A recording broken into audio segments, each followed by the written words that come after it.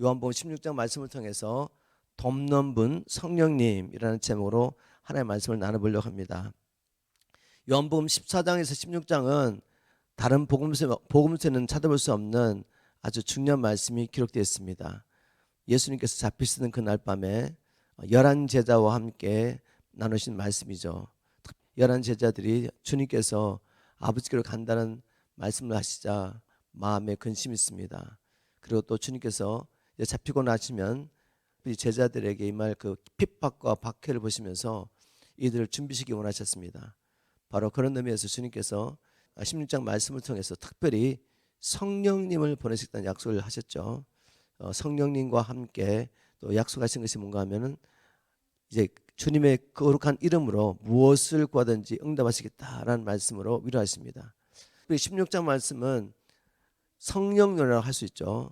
성령님에 대해서 우리 주님께서 자세하게 그분은 누구시며 또 오셔서 무슨 일을 하실 것인지 주님께서 나눠주셨습니다.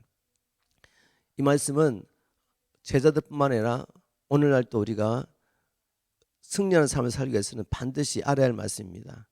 우리가 어떻게 세상을 이길 수가 있겠습니까? 우리가 지금 특별히 박해를 받지 않는다 할지라도 믿음 때문에 핍박을 받는 일 없지만 유혹과 미혹이 있을 것이고 또 여러 가지 세상의 법들이 우리를 법적으로도 합법적으로 억누르고 핍박할 수밖에 없는 그런 상황으로 가고 있는데, 이러한 가운데서 우리가 어떻게 신앙의 승리자로서 주신 계명과 사명에 순종하며 마지막 날 하나님 앞에 설 수가 있겠습니까? 바로 주님께서 제자들에게 마지막 날 밤 최후의 만찬제를 주셨던 이 메시지가 우리에게도 너무나도 필요한 말씀입니다. 우리 주님 특별히 두 가지 말씀으로 제자들을 위로하시고 박해와 핍박을 이길 수 있도록 붙잡아 주셨는데, 그것은 성령님을 보내시겠다는 약속, 그리고 너희가 내 이름으로 무엇을 구하든지 응답하겠다는 이 말씀을 주셨죠. 오늘 이 두 가지 약속들을 말씀을 통해서 한번 살펴보고 또 우리가 어떻게 실제적으로 우리의 삶 가운데서 이 약속들을 경험할 수 있는지 말씀을 통해 한번 나눠보도록 하겠습니다. 먼저 16장 1절을 보겠습니다. 요한복음 16장 1절 2절. 내가 이것을 너에게 이름은 너희로 실족하지 않게 하려 함이니 사람들이 너희를 추할 뿐만 아니라 때가 되면 물은 너희를 죽이는 자가 생각하기를 이것이 하나님을 섬기는 예라 하리라 라고 말씀하셨습니다. 이 성경 말씀을 보면 장과 절이 나눠져 있지만 원래 저자가 예를 들면 요한복음을 쓴다면 이 요한복음이 장과 절로 나눠져 있지 않습니다. 쭉 이어져 있죠. 특별히 14장부터 16장 말씀은 한 자리에서 최후의 만찬 자리에서 주님께서 제자들에게 하신 말씀입니다. 14장부터 쭉 나오면서 세 번에 걸쳐서 주님께서 성령을 보내시다 약속하시고 또 15장 18절부터는 우리가 세상에서 왜 핍박을 받게 되는지를 나누셨습니다. 주님께서 이 땅에 계실 때 핍박을 받으셨기 때문에 우리가 예전에는 세상에 속하였지만 예전에는 주님의 부르심을 받고 하나님께 속한 자, 하나님의 자녀가 됐기 때문에 주님을 핍박했던 세상이 또한 우리도 핍박할 것이라는 이 말씀을 나눴습니다. 그리고 16장으로 이어지면서 내가 이것을 너에게 이름은 왜 이런 이야기를 했느냐, 또 앞으로도 2장 2절도 보니까 우리가 예수님 때문에 출혈을 당하고 어려움을 당할 것이라는 말씀하셨는데 왜 이것을 미리 알려주느냐, 그 이유를 이렇게 말씀하셨습니다. 너희들에게 이런 일이 일어날 것을 미리 알려주는 것은 실족하지 않게 하기 위해서다. 여러분, 실족한다는 말은 바로 믿음에서 떨어져 나가는 것을 말합니다. 믿음을 버리는 것이죠. 어려움과 핍박한란 가운데 믿음을 지키지 못하고 세상과 타협하면서 믿음을 버리게 되는 것이 바로 실족해야 된다는 말씀입니다. 우리 주님께서는 마지막 때 주님께서 오시기 전에 나타날 징조 중 하나로서 바로 우리가 믿음 때문에 모든 민족에게 핍박을 받을 것을 말씀하셨죠. 제가 한번 마태복음 24장 9절 10절 말씀을 한번 읽어보겠습니다. 주님께서 하신 예언입니다. 마지막 때에 일어날 일들, 그 중에 하나가 바로 그때 사람들이 너희를 환난에 넘겨주겠으며 너희를 죽이리니 너희가 내 이름을 위하여 모든 민족에게 미움을 받으리라. 이것이 주님의 말씀입니다. 그래서 우리는 이 사건을 피할 수가 없는 것이죠. 지금 당장 우리에게 핍박과 환란이 없지만 즉 믿음 때문에 뭐 감옥에 가는 일도 없고 지금은 믿음 때문에 우리가 뭐 목뱀을 당하지 않는다 할지라도 주님 말씀대로 주님 오시기 전에 반드시 이런 일이 일어날 것입니다. 그래서 우리는 준비해야 되는 것이죠. 지금 바로 이런 일이 일어나기 위해서 합법적으로 크리스천들을 예수 그리스도를 공공연히 시인하고 고백하는 그리고 그 주님의 말씀을 따라 살려고 하는 사람들이 합법적으로 죄인으로 몰릴 수 있도록 법들이 만들어지고 있는 것을 우리가 보고 있습니다. 이런 일은 말씀대로 반드시 일어날 것입니다. 이런 일이 일어날 때 그때 10절에 보니까 많은 사람이 시험에 빠져. 여기 많은 사람들은 교회 안에 있는 사람들, 평소에 그전에 믿음을 고백했던 사람들, 그 많은 사람들이 시험에 빠져 이렇게 기록됐는데 현대의 성경에는 이 말씀을 많은 사람들이 믿음에서 떠나라고 번역했습니다. 많은 사람들이 이 환난과 핍박 가운데 믿음을 버리게 될 것을 주님 말씀하셨죠. 그리고 서로 잡아주고 서로 미워하겠으며 형제는 서로 사랑해야 되는데 오히려 자기 목숨 자기의 유익을 위해서 형제를 팔고 배신하는 그런 말씀들을 하셨습니다. 이런 일이 반드시 있을 것입니다. 주님 말씀하십니다. 자, 이런 일이 일어날 것을 내가 너희들에게 미리 말하는 것은 이런 일이 일어났을 때 너희들이 나를 배신하지 않고 끝까지 믿음을 지킬 수 있도록 내가 미리 말하는 것이다. 우리가 이런 일이 일어날 것을 알고 준비해야 합니다. 준비하지 않으면 이런 일이 일어났을 때 우리는 믿음을 지킬 수가 없습니다. 이런 일이 일어날 것을 들었는데 그런가 보다 라고 생각하시고 주님의 이 경고의 말씀을 마음에 두지 않고 준비하지 않으면 어떻게 되겠습니까? 지금 쓰나미가 온다고 경고를 했는데 그 경고를 듣고 그런가 보지 라고 듣고 한 귀로 듣고 한 귀로 흘러버리고 준비하지 않는다면 그 쓰나미가 왔을 때 생존할 수 없는 것입니다. 살아남을 수 없는 거죠. 마찬가지입니다. 이런 믿음 때문에 이 핍박이라는 쓰나미가 장차 오게 될 텐데 우리가 깨어서 기도하며 주님의 말씀에 귀를 기울이고 준비하지 않는다면 결코 우리는 이 핍박의 환란의 쓰나미를 이길 수 없습니다. 무너질 수밖에 없고 떠내려갈 수밖에 없는 것이죠. 그래서 준비해야 합니다.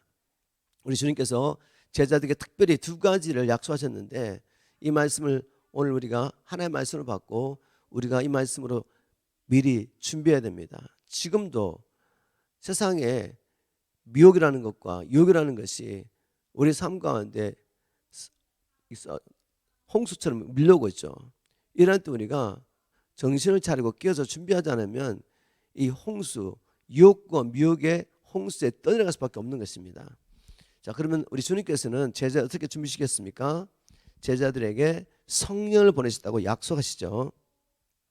16장 7절입니다. 요한복음 16장 7절 그러나 내가 너에게 실상을 말하노니 내가 떠나는 것이 너에게 유익이라. 내가 떠나지 아니하면 보혜사가 너에게로 오시지 아니할 것이요 가면 내가 그를 너에게 보내리니. 주님이 떠나신다는 말씀을 듣고 근심하고 있는 제자들에게 주님 말씀하십니다. 내가 진실을 말하는데 실상을 말하는데 사실은 내가 너를 떠나는 것이 너에게 훨씬 유익하다고 말씀하십니다. 왜 그렇습니까? 주님께서 제자들과 함께 계시며 보혜사로 계셨죠. 지난 시간에도 나눴지만 보혜사는 말은 여러 말로 번역될 수 있습니다. 상담자, 가르치는 자, 또 옹호하는 자, 보호자, 그리고 돕는 자 여러 가지 의미로 번역할 수 있는데 저는 돕는 자라는 이 번역을 좋아한다고 말씀드렸습니다. 정말 주님께서 제자들과 함께 계시면서 그들 도우셨죠. 믿음의 길을 가르쳐주고 어떻게 하나님 나라 들어갈 수 있는지 그리고 어떻게 맡겨진 사역을 감당할 수 있는지 또 사역을 감당할 때 어떤 어려움이 있는지 이런저런 여러 가지 이야기를 나누시면서 제자들을 도와주시고 제자들을 가르쳐 주시고 하셨습니다. 바로 그 동일한 보혜사를 이제 주님께서 성령님을 통해서 보내시겠다는 것입니다. 성령님이 곧 보혜사죠. 성령께서 바로 돕는 분이십니다. 주님과 똑같은 돕는 분, 동질이지만 다른 그 돕는 분 오셔서 제자들을 가르치시고 때로는 보호하시고 상담도 하시고 여러 가지 돕는 일을 하시겠다고 약속 주셨습니다. 그런데 주님보다 예수님보다 성령님이 더 나은 이유는 예수님은 이 땅에 오실 때 보혜사로 오셨지만 돕는 분 오셨지만 몸을 가지고 오셨습니다. 그래서 시간과 공간의 제한을 받죠. 누군가를 도와주다 보면 또 다른 사람을 도와줄 수가 없는 상황입니다. 그런데 성령님은 돕는 분 오시는데 영으로 오시기 때문에 언제든지 누구에게든지 필요할 때 돕는 분으로서 우리를 도와줄 수 있습니다. 그런 면에서 동질이지만 더 나은 것이죠. 그리고 또 주님 말씀하시기를 내가 가야지 이 돕는 성령님이 오실 수 있다. 내가 가지 않으면 성령님 오실 수 없다라고 말씀하십니다. 구약 성경에 보면 하나님께서 우리의 구원을 위해서 두 가지 약속하셨죠. 메시아를 보내시다고 약속하실 뿐만 아니라 그리고 성령님을 보내시겠다고 약속하셨습니다. 그런데 순서가 무엇입니까? 메시아가 먼저 오셔서 구속을 이루시고 난 다음에 죽으시고 부활하시고 난 다음에 성천하셔야지 그 다음에 임무 교대로 이제 성령님 오시는 것입니다. 주님이 가셔야지 임무 교대를 하시고 성령님 오실 수가 있죠. 특별히 성령님께서 오셔서 하실 일을 생각할 때 예수님께서 죽으시고 부활하심을 통하여 구속의 역사, 주님께서 하셔야 할 그 구속의 역사를 이루지 않으면 성령님이 오실 이유가 없는 것입니다. 성령님이 오셔서 하시는 일이 무엇입니까? 예수 그리스도 안에 있는 이 구원을 깨닫게 하시는 일입니다. 가장 중요한 일이죠. 죄를 깨닫게 하고 죄를 깨달은 그 사람들이 그럼 어떻게 우리가 구원을 받을 수 있습니까? 죄인이 어떻게 하나님 앞에 의롭다함을 받을 수 있습니까? 그래서 영원히 죽지 않고 살 수 있습니까? 여기에 대한 질문, 이 질문에 대한 답변을 하러 주님 오시는데 성령님 오시는데 그 구속을 이뤄내지 않은 상태에서 성령님 오시면 어떻게 이걸 증거하겠습니까? 그래서 주님이 죽으시고 부활하셔서 아버지께 가시는 이 일이 제자들에게 유익한 것입니다. 우리 주님 오셔서 바로 그런 일을 하실 텐데 이제 좀 더 구체적으로 성령님께서 오셔서 하실 일이 뭔지를 한번 살펴보도록 하겠습니다. 주님께서 보혜사 성령이 오시면 돕는 분 성령이 오시면 어떤 일을 한다고 하셨죠? 첫 번째, 죄에 대하여 세상을 책망할 것이다. 죄에 대해서 잘못하고 있는 이 세상의 생각을 바꿔주실 것이다. 이런 말씀이죠. 제가 16장 8절 9절을 한번 읽어보겠습니다. 그가 와서 죄에 대하여 세상을 책망하시리라 라고 하시며 그러면 죄가 무엇이라고 책망하십니까? 무엇이라고 알려주시죠? 16장 9절이죠. 죄에 대하여 하면 저희가 나를 믿지 아니하며 주님을 믿지 않는 것이 죄라는 것을 성령이 오셔야 알 수가 있다는 것입니다. 대부분의 사람들은 도덕적인 죄를 죄로 여기지만 예수를 믿지 않는 죄를 죄로 여기지 않습니다. 즉 살인하는 것, 간음하는 것, 도적질하는 것은 죄로 인식하고 있지만 예수를 믿지 않는 것을 죄라고 여기지 않습니다. 성령님이 오셔야지 이것이 정말 가장 심각한 죄인 것을 우리가 알고 회개하게 됩니다. 결국 살인하는 것, 간음하는 것, 도적질하는 이유가 무엇입니까? 예수님을 하나님의 아들 메시아로 믿지 않기 때문에 그래서 죄의 권세 아래 사단의 종노를 하고 있기 때문에 그들이 섬기는 그 주인 이 세상 임금 마귀가 시키는 대로 하다 보니까 살인을 하게 되고 간음하게 되고 도적질하게 되는 것입니다. 즉 살인, 간음, 죄도 도적질이지만 그 근본적인 이유는 예수님, 하나님의 아들인 예수님을 섬기지 않고 이 세상신 마귀를 섬기며 그의 지시를 따라 살다 보니까 그렇게 사는 것입니다. 근본적인 죄, 우리가 회개해야 할 죄는 뭔가 하면 예수님을 하나님의 아들 메시아로 믿지 않는 죄가 되죠. 아담의 삶을 통해서 우리가 이것을 확인할 수 있습니다. 창세기 3장에 보면 아담과 하와가 하나님 앞에 죄를 짓게 되는데 거기는 도덕적인 죄는 없습니다. 즉 아담이 살인하거나 간음하거나 도적질하지 않았다는 것이죠. 그러면 아담이 지은 죄는 무엇입니까? 그 죄를 말미암아 결국 죽게 됐는데 하나님과의 교제도 단절되고 또 이제 900년 이상을 살다가 죽게 되는데 아담이 죽게 된 그 죄는 무엇이었습니까? 바로 하나님의 말씀을 믿지 않은 죄죠. 이 선악과를 먹으면 정령 죽으라는 이 하나님 말씀을 믿지 못했던 것입니다. 오히려 이 선악과를 먹으면 너희가 선과 악을 아는 일에 하나님처럼 될 것이다. 절대로 죽지 않는다라고 거짓말한 이 마귀의 말을 믿고 그의 말을 순종했죠. 대신 하나님의 말씀은 불신하고 불순종하게 되었습니다. 이것이 바로 인류가 하나님 앞에 범한 가장 근본적인 죄, 회개할 죄입니다. 이사야서도 보면은 죄를 이렇게 정의내려고 했죠. 근데 이사야 53장 6절 말씀, 우리는 양 같아서 그릇 행하여 각기 제 길로 갔거늘. 이것이 죄입니다. 하나님은 우리가 태어나기 전에 우리를 향하신 계획을 가지시고 하나님의 뜻을 이루시려고 우리를 창조하시고 세상에 보내셨는데, 하나님을 믿지 않기 때문에, 창조자 하나님과 그분이 나를 향하여 가지고 계신 이 계획을 믿지 않기 때문에 우리가 어떻게 삽니까? 내 생각에 좋은 대로 사는 거죠. 이 세상의 풍속을 쫓아가고 내 육신이 원하는 대로, 내 마음이 원하는 대로 사는 것입니다. 그런데 영적으로 보니까 보이지 않는 곳에서 이렇게 불순종하는 자들 가운데 역사가 있는 이 세상의 영, 즉 마귀를 주인으로 섬기며 살게 되는 것이죠. 바로 아담과 하와에게 그런 일이 났던 것입니다. 그 전까지 하나님을 믿고 하나님께 순종하며 하나님을 섬기던 아담과 하와가 이제는 하나님의 뜻을 버리고 마귀가 들려주는 그 생각을 들으면서 이게 내게 좋을 것 같다. 이제 내 임의대로 내가 내 인생의 선과 악을 스스로 구분하면서 내가 선을 선택하며 살겠다고 한 것이 바로 죄였던 것이죠. 그래서 내 길을 간 것입니다. 하나님의 뜻을 버리고 내 길을 가는 것이 죄라고 말했습니다. 이사야가 이렇게 말합니다. 이렇게 우리는 그릇 행하여 각기 제 길로 갔지만 그러나 여호와께서는 우리 무리의 죄악을 그에게 담당시키셨도다.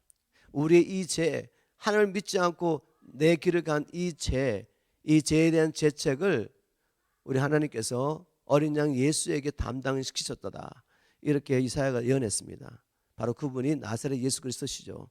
우리를 대신하여 대신 화목제물이 되시고 우리 죄를 용서하시고 우리를 의롭다 하시며 다시 하나님께 나아가서 하나님을 섬기게 하신 분이 바로 예수님이십니다. 성령이 오시면 하나님을 믿지 않는 것이 죄인 것을 깨닫게 하실 것이라고 말씀하셨습니다. 만약 어떤 사람이 마지막 날 심판을 받는다면 그 사람은 자기의 죄 때문에 심판을 받는 것이 아니죠. 만일 우리가 하나님 앞에 마지막 날 의롭다함을 받는다면 그것은 우리의 어떤 선한 행위, 완전한 의 때문에 하나님 앞에 의롭다함을 받는 것이 아닙니다. 하나님의 심판을 받는 자는 어린 양 예수께서 자기를 대신하여 죽으셨다는 이 복음을 거부하기 때문에 심판을 받는 것이고, 우리가 하나님 앞에 의롭다함을 받는 것은 바로 예수님께서 우리가 지불할 수 없는 이 죄값을 친히 지불하시기 위해서 십자가에서 고난을 받으시고 죽으시고 부활하셔서 우리의 주가 되셨다는 이 복음을 믿음으로 의롭다함을 받는 것이죠. 이것을 전가하는 신분이 성령이시라는 것입니다. 이 죄에 대해서 전가하시고 난 다음에 또 성령 오시면 의에 대해서 세상을 책망하실 것이라고 말씀하셨죠. 16장 8절 10절입니다. 그가 와서 의에 대해서 세상을 책망하시리라. 10절에 의에 대하라면 내가 아버지께로 가니 너희가 다시 나를 보지 못하며. 자, 이 말씀이 조금 언뜻 듣기에는 이해가 잘 되지 않습니다. 아니, 예수님께서 죽으시고 부활하시고 성천하셔서 아버지께 가는 것이 어떻게 의가 되냐? 그것이 우리에게 어떻게 의가 됩니까? 로마서 4장 25절 말씀을 통해서 우리가 알 수 있습니다. 로마서 4장 25절에 이렇게 바울이 말했습니다. 예수는 우리 범죄함을 위하여 내어줌이 되고, 이 말씀 이해되시죠? 주님께서 우리의 죄를 용서하시기 위해서 내어줌이 되어서 어린 양처럼 대신해서 화목제물이 되셨다. 바로 그 예수님의 죽으심을 통해 우리가 죄 용서를 받았다. 이 말씀은 이해할 수 있습니다. 쉽게. 근데 또 이렇게 말합니다.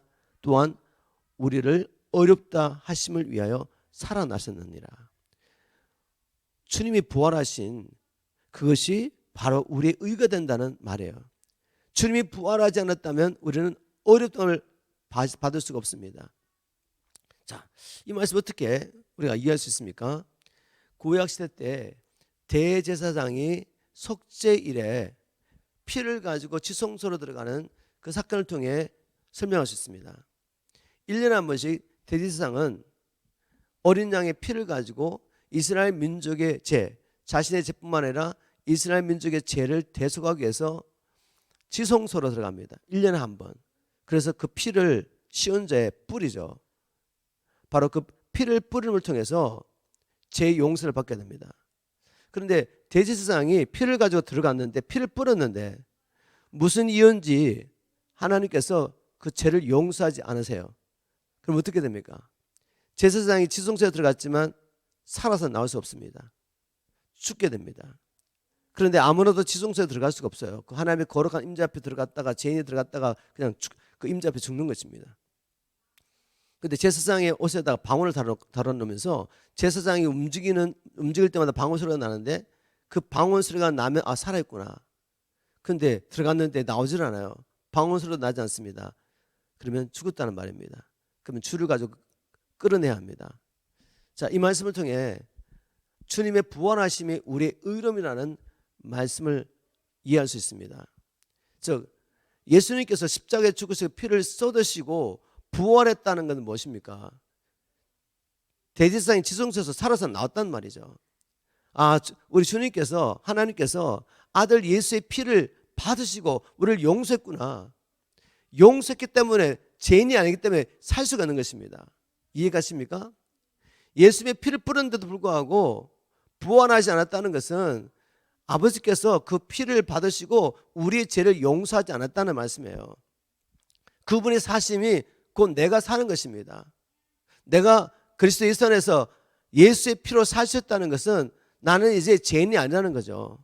하나님 앞에 의인이라는 증거입니다. 바로 주님께서 부활하셔서 아버지께 가는 것, 이것이 바로 우리의 의가 된다는 이 말입니다. 우리가 어렵다는 것을 인정하셨다는 말씀이죠. 이해가 되시죠? 그런데 이것을 깨닫게 하시는 분이 성령 하나님이시다. 즉, 우리의 인간의 어떠한 경건과 노력과 존경을 통해서도 하나님 앞에서 의롭다함을 받을 육체가 없다는 것이죠. 오직 예수 그리스도의 죽으심과 부활하심, 주되심을 믿는 바로 이 믿음을 통해서만 우리가 하나님 앞에 의롭다함을 받을 수 있다는 것을 가르쳐 주시고 깨닫게 하시는 분이 성령 하나님이십니다. 성령 하나님께서 가르쳐 주지 않으면 아무도 이 복음을 믿을 수가 없어요. 그래서 우리가 기도하는 것입니다. 주님, 아직도 복음을 알지 못하는 자들, 이 복음을 듣고도 이 세상의 영의 마음의 눈이 가려서 복음을 깨닫지 못하는 저들이 하나님 믿을 수 있도록 하나님의 은혜를 달라고 주님 앞에 간절히 기도하는 것입니다. 빌립보서 1장 29절에 보면 우리가 하나님을 믿게 된 것, 복음을 듣고 예수 그리스도 안에 있는 이 구원을 믿게 된 것, 예수 그리스도 안에서 하나님께서 예배하신 하나님의 의를 믿게 된 것은 바로 하나님의 은혜였던 걸 알 수 있습니다. 그를 위하여, 그리스도를 위하여 너에게 은혜를 주신 것은 다만 그를 믿을 뿐만 아니라 그를 위하여 고난도 받게 하라 하심이라 라는 말씀이 빌립보서 1장 29절에 있는데, 이 말씀을 통해 그리스도를 믿을 수 있는 것도 하나님의 은혜를 받지 않으면 안 되는구나. 그래서 어떻게 해야 됩니까? 우리가 하나님, 아직도 복음을 깨닫지 못하는 저들에게 하나님의 은혜를 베풀어 주십시오. 하나님의 은혜가 아니면 아무도 이 복음을 듣고도 믿을 수가 없습니다. 우리가 기도하는 것입니다. 바로 성령을 통해서 하나님께서 예배하신 하나님의 의, 바로 이 복음을 깨닫게 하실 것이라고 주님 말씀하셨습니다. 또 성령 오시면 심판에 대하여 세상의 잘못된 생각을 바로잡아 줄 것이라고 말씀하셨는데, 16장 8절 그리고 11절 보겠습니다. 그가 와서 심판에 대하여 세상을 책망하시리라. 심판에 대하여 하면 이 세상 임금이 심판을 받았음이니라. 성령이 오시면 이 세상 임금이 이미 심판을 받은 것을 너에게 알려줄 것이다 라고 말씀하셨습니다. 깨닫게 할 것이라고 말씀하셨는데, 그 말씀이 무엇입니까?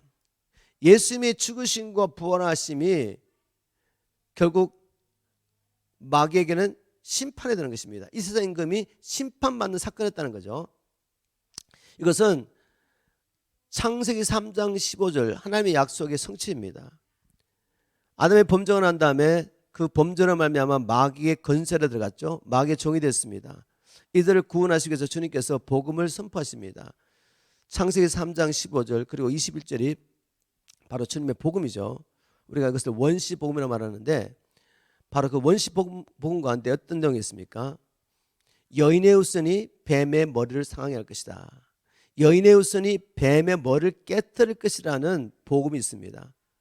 즉 여인의 후손 메시아가 나타나서 사단의 권세를 깨뜨려버리고 이제 사단의 권세라는 자를 구원하실 것이라는 말씀을 하신 것이죠. 바로 그 하나님의 약속, 사단의 머리를 상하게 했다는 그 약속이 십자가에서 죽으시고 부활하신 사건을 통해서 성취된 것입니다. 히브리서 2장 14절 15절에 보면 이런 말씀이 있죠. 이 마귀라는 존재는 사망의 권세 잡은 자입니다. 우리는 바로 이 사망의 권세 잡은 자의 권세 묶여 있었죠. 이런 우리를 살리시려고 하나님께서 자기 아들을 혈과 육을 가진 몸을 가진 그러나 죄가 없으신 상태에서 예수님을 이 땅에 보내시죠. 주님께서 이 땅에 오신 목적을 이렇게 설명했습니다. 히브리서 기자는 그가 이 땅에 오신 이유, 그것은 바로 죽기를 두려움으로 일평생 사단의 권세 아래서 묶여 살고 있는 우리를 해방시키시려고 오시다고 했습니다. 우리 예수님께서 어떻게 우리를 사단의 권세에서 해방시켜 주셨습니까? 바로 죽으심을 통하여 우리가 지불하지 못하는 죗값을 지불하시죠. 자기의 피로를 사십니다. 그리고 주님께서 친히 사단의 권세, 이 사망 권세를 깨뜨리시고 부활하심으로 사단의 권세의 머리를 짓밟아 버리시죠. 그래서 누구든지 주를 믿는 자는 이 사망의 권세에서 해방되게 되는 것입니다. 이미 이 세상 임금이 십자가의 사건을 통해서 주님의 죽으심과 부활하심을 통해서 심판을 받았다. 이것을 알게 하시는 분이 성령 하나님이십니다. 우리가 정말 이 사실을 믿는다면 이제는 죄와 사단의 권세에 묶여 살 필요가 없다는 것이죠. 죽기를 두려움으로 사단의 권세에 매여 살 필요가 없습니다. 우리는 죽어도 사는 것입니다. 우리는 죽어도 그리스도 안에서 부활할 것입니다. 영원한 생명을 얻고 하나님 나라에 들어갈 것입니다. 그래서 바울은 말합니다. 사망아 너의 쏘는 것이 어딨냐고. 이제 우리가 이 사망의 권세에서 두려울 필요가 없습니다. 왜냐하면 그리스도 안에서 주님이 부활하신 것처럼 우리가 부활하게 될 것이기 때문에 우리가 영적으로 새로운 생명을 받았을 뿐만 아니라 이제 주님 오시는 그날 이 죽을 육체도 영원한 몸으로 새롭게 부활할 것입니다. 그러니 죽음을 두려워할 필요가 없습니다. 우리가 어떠한 형태든지 죽음을 두려워하면 이 사단의 권세에 묶인다는 걸 꼭 기억하십시오. 우리 주님이 이 땅에 오셔서 죽으시고 부활하신 것은 사단의 권세에 죽기를 두려움으로 사망의 권세로 잡은 자, 이 마귀에 붙잡혀서 고통당하는 우리를 해방시키기 위해서 오셨습니다. 그 일이 이루어진 것을 알려주신 분이 바로 성령 하나님이십니다. 또 성령 하나님 오시면 이런 일을 할 것이라고 주님 말씀하셨습니다. 13절에 보겠습니다. 오늘 요즘 말씀 읽은 말씀이죠. 그러나 진리의 성령이 오시면 그가 너희를 모든 진리 가운데로 인도하시리니 그가 자유로 말하지 않고 오직 듣는 것을 말하며 장래를 너희에게 알려주시라 라고 말씀하셨습니다. 먼저 성령이 오시면 우리를 인도하시고 가르쳐준다고 하셨는데 왜 우리는 성령님의 인도하심과 가르침이 필요합니까? 로마서 8장 14절에 보니까 바울은 이렇게 말했죠. 이 성령의 인도를 받는 자가 곧 하나님의 자녀이다. 즉 성령님의 가르침과 인도가 없다면 하나님의 자녀가 아니라 이 말이죠. 제가 한번 성경 말씀 읽고 설명하겠습니다. 로마서 8장 14절 쉬운 성경. 왜냐하면 하나님의 영으로 인도받는 사람들은 누구나 하나님의 자녀이기 때문입니다. 왜 성령이 오셔서 우리를 가르치고 인도해야 되냐고요? 만약에 성령의 가르침과 인도가 없다면 우리는 구원의 길도 알 수도 없고 이 좁은 길을 끝까지 갈 수도 없습니다. 하나님 나라로 들어갈 수가 없는 것이죠.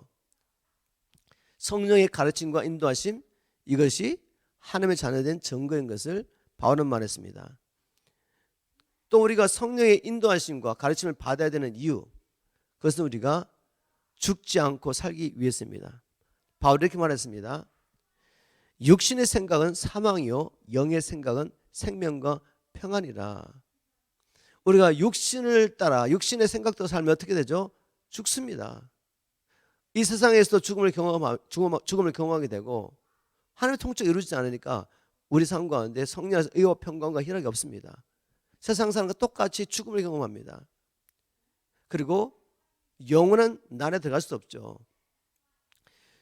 육신의 생각에 따라 습관대로 살면 우리는 죽게 된다는 것이 성경의 말씀입니다. 로마서 8장 13절에 이렇게 말합니다. 제 본성에 따라 산다면 여러분은 죽을 것입니다. 그러나 성령의 도우심을 받아 몸의 악한 일을 죽인다면 여러분은 살 것입니다. 분명한 말씀이죠. 성경 말씀을 정직하게 읽어간다면 바울 서신을 통해서도 우리는 복음을 왜곡할 수가 없습니다. 오직 믿음으로 업당을 받는다고 바울은 모든 서신서에서 선포했는데 강력하게 그 말은 이제 순종하지 않아도 천국 갈 수 있다 이 말은 아니죠.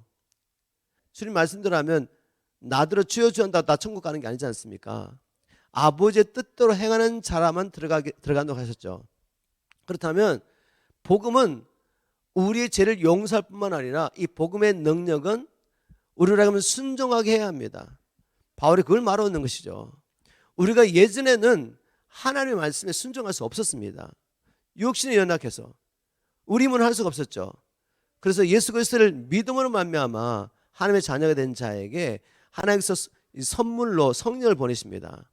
성령이 오셔서 하는 일이 무엇입니까? 우리를 가르치고 인도하시면서 육신을 따라 살지 않고 영을 따라 살 수 있도록 도와주신 거죠. 바울은 이렇게 말합니다. 제 본성에 따라 산다면 여러분은 죽을 것입니다.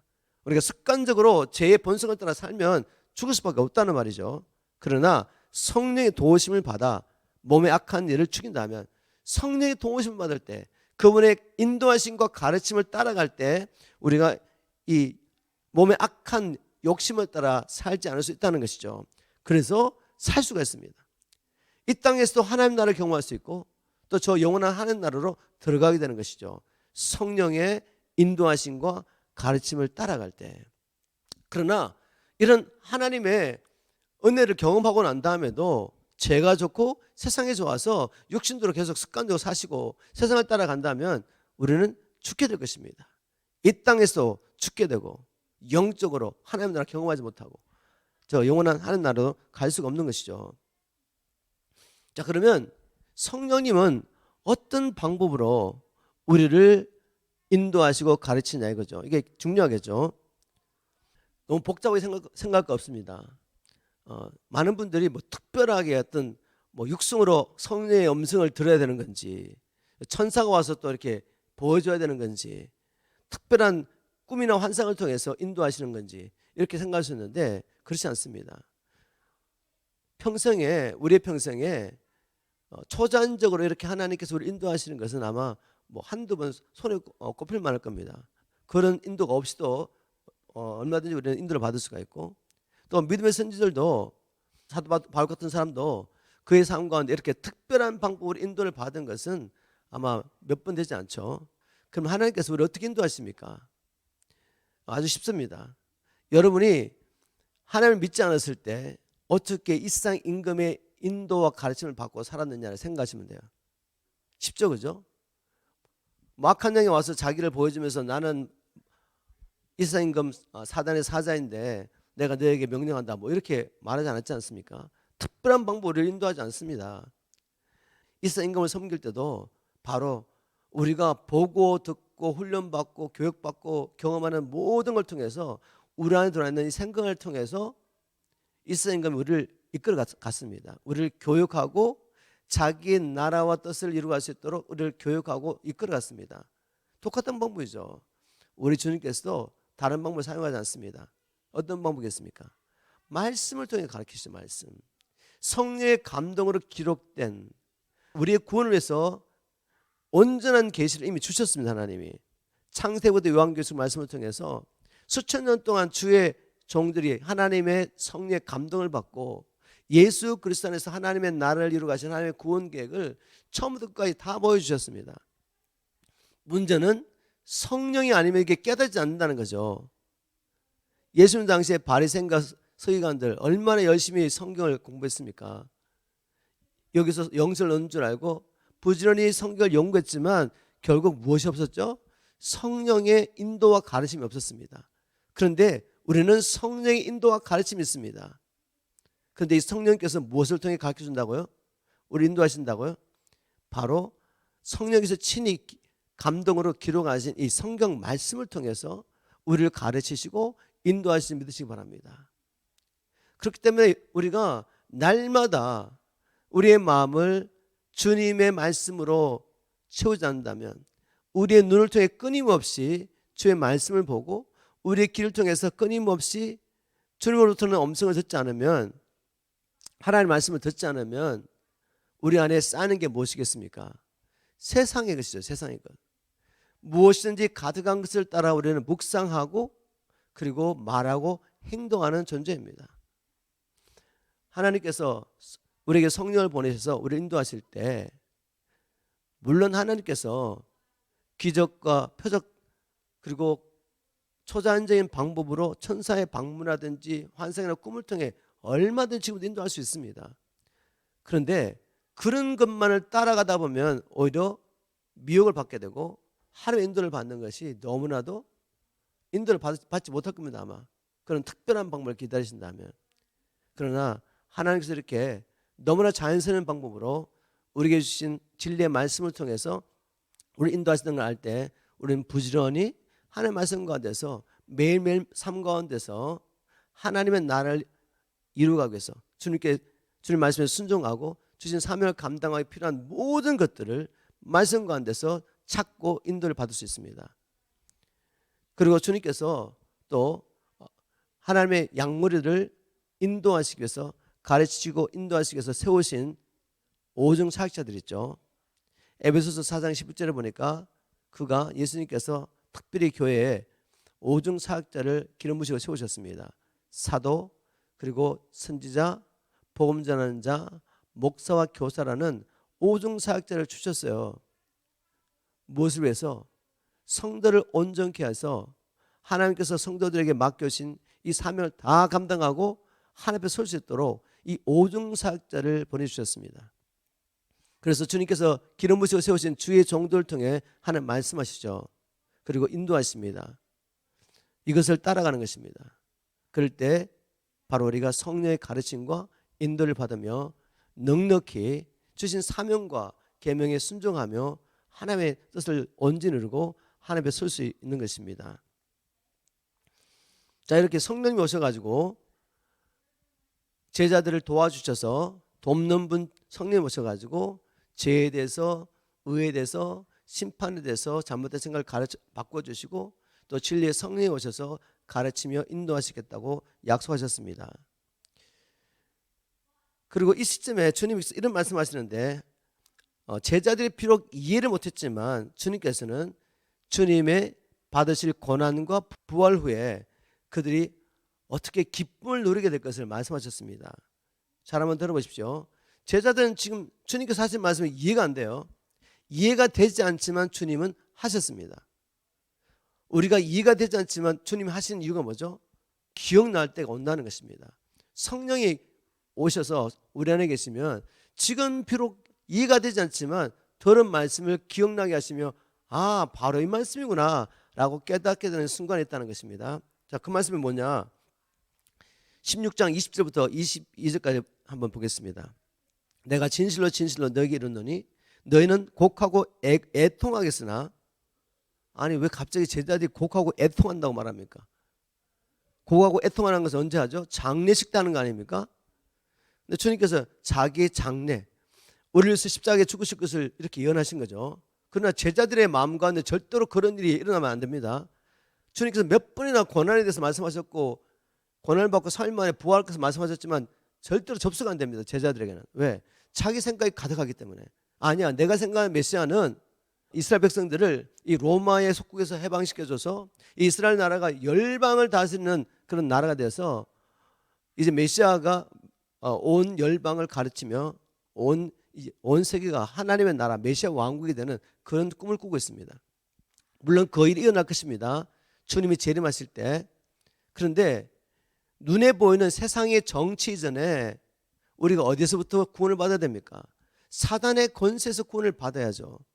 바로 그 일을 위해서는 우리 주님께서 죽으시고 부활하시고 성천하셔서 성령을 보내시는 이런 일이 먼저 선행돼야 되는데, 이 일에 대해서 선지자들이 예언했지만 내가 원하지 않기 때문에 이런 말씀 받지 않는 것입니다.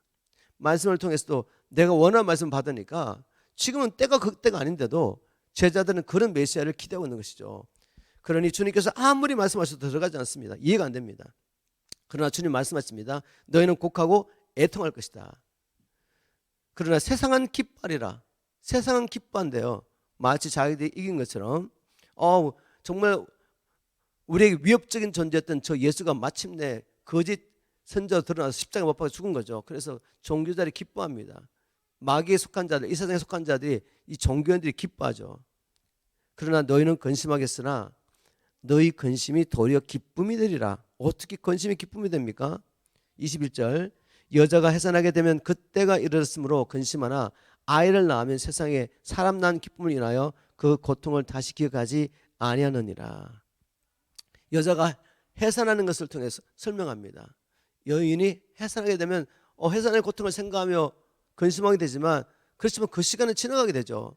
짧은 시간 지나가고 나면 그 다음에 오는 것이 무엇입니까? 아들 낳은, 자녀 낳은 기쁨 때문에 기뻐하는 것이죠. 바로 그런 것이야.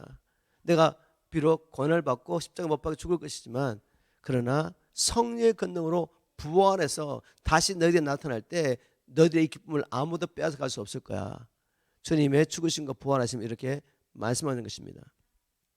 지금 너희가 근심하나 내가 다시 너희를 보리니 너희 마음이 기쁠 것이요 너희 기쁨을 빼앗을 자가 없느니라 라고 위로하십니다. 자, 마지막으로 나누고 싶은 것은 주님께서 성령을 약속하시고 또 무엇을 약속하셨냐면 내 이름으로 무엇을 구하든지 응답하겠다는 놀라운 약속을 하셨습니다. 이 약속도 14장, 15장, 16장에 걸쳐가지고 한 3번 정도를 반복해서 말씀하셨습니다. 요한복음 16장 23절 24절, 내가 진실로 진실로 너에게 이르노니 너희가 무엇이든지 아버지께 구하는 것을 내 이름으로 주시리라. 지금까지 너희가 내 이름으로 아무것도 구하지 아니하였으나 구하라 그리하면 받으리니 너희 기쁨이 충만하리라. 무엇이든지 구하는 것을 응답하시겠대요. 자, 여기서 우리가 하나님의 이 전체적인 말씀을 통해서 말씀 풀지 않으면 내가 원하는 것을 무엇이든지 구하면 들어준다, 이렇게 해석할 수 있습니다. 그게 아니죠. 내가 필요한, 내 육신이 원하는 무엇이든지 무작정 그냥 금식하고 기도하고 매달리면 주신다는 이 말씀이 아니에요. 여기 무엇이든지는 무엇입니까? 우리가 주의 나라와 의를 구할 때 필요한 무엇이든지죠. 이제는 우리가 우리 것이 아닙니다. 주의 것입니다. 우리가 땅에 나의 어떤 야망을 이루려고 사는 것이 아니라, 내가 원하는 것을 누리며 살려고 이 땅에 사는 것이 아니라 오직 그분의 나라와 의를 구하려고 살고 있다면 그 일을 위해서 무엇이든지 구하는 것을 주님이 응답하셨다고 말씀하신 것이죠. 저는 이 말씀 묵상하면서 갑자기 이런 생각했습니다. 자, 이게 뭘까? 우리 주님께서 떠나시기 전에 주님의 이름을 남기고 가셨습니다. 그 이름이 어떤 이름이죠? 이름은 권세입니다. 그냥 예수님 이름만 남기고 간 것이 아니라 그 이름의 권세를 제자에게 주고 가신 것이죠. 그 권세는 하늘과 땅과 땅 안에 있는 어떤 피조물보다도 뛰어난 이름입니다. 모든 피조물을 주님의 발 앞에 두는 이 예수님의 이름의 권세를 제자들에게 주고 가신 것이죠. 자, 이게 뭘까? 여러분이 이해하기 쉽게 제가 창세기 41장의 말씀을 가지고 한번 설명하겠습니다. 창세기 41장에 어떤 사건이 있었습니까? 요셉이라는 사람, 히브리인 노예가 자기 주인에게 범죄해서 감옥에 갇혀 있었습니다. 감옥에 갇혀 있었는데 갑자기 바로가 꿈을 꿨는데 이 꿈을 해석할 사람이 애굽 땅에 아무도 없었거든요. 그런데 섭리 가운데 그 요셉이 머물고 있던 궁이 바로 왕에게 범죄한 사람들만 들어오는 보디발의 집이었습니다. 즉 바로의 시위 대장의 집이었거든요. 거기에 중직, 바로 옆에서 섬겨있던 술 맡은 관원장 그리고 떡 맡은 관원장이 무슨 이유로 인해 가지고 감옥에 와 있었는데 그때 요셉을 만났던 거죠. 그들이 풀려나는 그 날을 정확하게 예언했던 그 요셉을 바로 술 맡은 관원장이 기억하고 있다가 바로가 꿈을 꿨는데 아무도 이 꿈을 해석할 사람이 없으니까 그제서 요셉을 기억한 것입니다. 그리고 요셉이 감옥에서 나왔죠. 그리고 바로의 꿈을 듣고 꿈을 정확하게 해석하고 그리고 앞으로 일어날 그 일을 위해서 어떻게 준비하는 대안까지 다 내줍니다. 그래서 이 바로가 이걸 듣고 있다가 바로뿐만 아니라 모든 대신들이 듣고 있다가 야, 이 요셉 외에는 다른 어떤 사람도 앞으로 장차에만한 이 흉년에 대비해 가지고 이 나라를 구원할 사람이 없겠구나라고 생각하면서 바로가 어떻게 합니까? 감옥에 있던 이 죄수를 한순간에 세컨맨으로 세워주는 거죠. 세컨맨이지만 총리로 세워주지만 바로의 왕의 사인이 있는 이 도장 같은 반지를 줘버리는 거죠. 반지를 줘서 네가 지금부터 이 나라를 다스려라 이렇게 말해버립니다. 자, 그 말씀을 제가 읽어보겠습니다. 창세기 40장 40절부터 42절. 너는 내 나라를 다스려라. 내 백성이 다 내 명령에 복종할 것이다. 내가 너보다 높은 것은 이 왕자뿐이다. 그리고서 바로는 요셉에게 내가 너를 이집트 전국을 다스릴 총리로 임명한다 하며 자기 인장 반지를 쉬운 말로 쓴게는 왕의 도장이 찍힌 반지, 왕의 사인 도장이 찍힌 반지를 빼어서 요셉의 손가락에 끼워줬습니다. 그래서 이 반지만 찍으면 왕의 도장이 새겨진 이 반지로 찍으면 뭐든지 다 구하는 대로 받을 수가 있었던 거죠. 그래서 온 애굽 나라를 바로를 대신해서 통치한 겁니다. 그림이 그려지십니까? 우리 예수님이 자기 이름을 우리에게 주고 가셨다는 게 뭔지 아시겠어요? 바로 바로가 자기 왕의 도장이 찍힌 이 반지를 준 것처럼 주님의 모든 권세를 우리에게 맡겨주면서 이제 이 내 나라 네가 다스려봐 이렇게 말씀하신 것이죠. 그래서 우리가 주님의 나라와 주님의 영광을 위해서 무엇이든지 예수의 이름으로 기도하는 것을 주님이 다 응답하시겠다고 하신 것입니다. 이런 놀라운 특권을 받은 자가 우리입니다. 우리가 이 특권을 받기 전에 어떤 자리에 있었습니까? 요셉처럼 감옥에 갇혀 있지 않았습니까? 사단의 권세 아래서 고통당하며 종노란 자였습니다. 그런데 주님께서 우리를 구원해 주신 것도 감사한데 이런 감옥에서 건져주신 것도 감사한데 우리를 왕의 자리에 올려놓고 아버지의 나라를 다스리라고 말씀하십니다. 그리고 그렇게 할 수 있도록 예수의 이름의 권세를 우리에게 주시면서 무엇이든지 내 이름으로 구하는 것을 내가 다 응답하겠다고. 이거보다 더 놀라운 위로와 격려와 모든 핍박과 환난을 이길 수 있도록 우리를 준비시키는 방법이 또 있겠습니까? 우리에게 성령을 약속하시고 우리에게 예수 이름의 권세를 주셨는데 우리가 무엇을 두려워하겠습니까? 우리는 넉넉히 이길 수 있는 것입니다. 그리고 주님께서 이제 결론적으로 이렇게 말씀하십니다. 16장 33절에 이것을 너에게 이름은 너희로 내 안에서 평안을 누리게 하려 함이라. 세상에서 너희가 환난을 당하나 담대하라. 내가 세상을 이겼노라 하시니라. 주님께서 주신 이 약속의 말씀을 마음에 품고 이 약속의 말씀 우리가 경험하지 못한다면 세상의 믿음 때문에 핍박과 어려움이 올 때 우리는 이길 수 없습니다. 저와 여러분이 바로 이 약속의 말씀을 믿고 삶 가운데 경험해야 합니다. 매일매일 하나님과 교제하면서 모든 사건 가운데서 그 사건을 통해서 하나님의 계획을 보면서 하나님 주님이면 어떻게 이 문제를 해결하시겠습니까? 내게 지금 이런 일들이 있는데 주님 제가 어떻게 이것을 이겨내기를 원하십니까? 이 일을 통해 어떻게 주님을 드러내기를 원하십니까? 성령의 눈을 받아야죠. 성령의 눈을 받기 위해서 우리가 날마다 우리의 주인이신 그 주님 앞에 나가서 청지기로서 교제하는 것입니다. 주님 오늘 어떻게 제가 주님의 나라를 이루어가기 원하십니까? 나의 삶 가운데서 내가 일하고 있는 그 직장 현장에서 제가 어떻게 살기 원하십니까? 주님의 인도를 받기를 주님을 축복합니다. 또 그 현장에서 순간순간 일어나는 모든 일 가운데 만난 사람들 가운데 주님의 뜻이 있을 거 아닙니까? 바울처럼 무시로 성령 안에서 기도하겠습니다. 성령님 내 뜻이 아니라 주님의 뜻이 무엇입니까?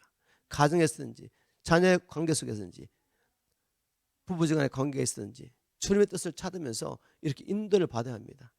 그리고 주님께서 우리에게 주신 이 영역 우리에게 점령하러 주신 영역이 있죠. 우리 개인의 마음 그리고 가정, 교회, 사회, 이 나라 열방 가운데 주님의 나라와 뜻이 이루도록 하나님 앞에 간절히 구하는 것입니다. 무엇보다도 주님, 우리에게 성령의 능력을 부어주십시오. 주님, 우리가 오늘도 주님을 믿음으로 행할 수 있도록 우리에게 하나님의 은혜를 베풀어 주시옵소서. 하나님, 우리 이 교회를 다시 한번 부흥케 하여 주십시오. 이 나라를 다시 한번 부흥케 하여 주십시오 라고 주님 앞에 간절히 기도하면서 우리가 실제적으로 주님을 섬기는 것입니다. 이렇게 살아가기를 주님으로 축복합니다. 말씀 맺겠습니다. 우리 예수님께서 제자들에게 장trận날 그 핍박과 환난을 바라보시면서 제자를 준비시키기 위해서 약속하신 것, 성령을 약속하시고 주님의 거룩한 이름을 주시면서 이 이름으로 기도할 때 응답하시겠다고 약속해 주셨습니다. 이 약속을 붙잡고 사는 자는 어떤 일이 일어난다 할지라도 세상을 이길 수가 있고 주님께서 주신 계명과 사명을 감당하며 주님 앞에 마지막 날 설 수가 있습니다. 이 약속을 붙잡고 우리가 우리의 개인의 삶 가운데 매일매일의 삶 가운데 이 약속을 경험해야 합니다. 장차 앞으로 주님 말씀대로 그 환난과 핍박의 쓰나미가 온 세계를 덮칠 때 그때도 우리는 이 약속을 믿고 이 약속 안에 거한다면 능히 세상을 이기며 그 환난 가운데 더 강력하게 하나님의 복음을 전파하며 주님의 길을 예배하게 됩니다. 바로 그런 일이 있기를 주님으로 축복합니다. 오늘 이 시간에도 우리가 함께 기도할 때 무엇보다도 주님, 우리에게 하나님의 성령과 은혜를 한량없이 부어주십시오. 주님, 오직 주의 나라와 주의 영광에서 오늘도 주님 앞에 성령을 구합니다. 하나님의 은혜를 구합니다. 우리 가정에, 우리 개인의 삶 가운데, 우리 교회와 사회 가운데, 이 나라 가운데 주님의 은혜와 주님의 성령을 부어주십시오. 교회를 부흥케 해주십시오. 이렇게 주님 앞에 기도할 때 주님의 도우심을 경험하는 오늘 이 시간 되기를 주님으로 축복합니다.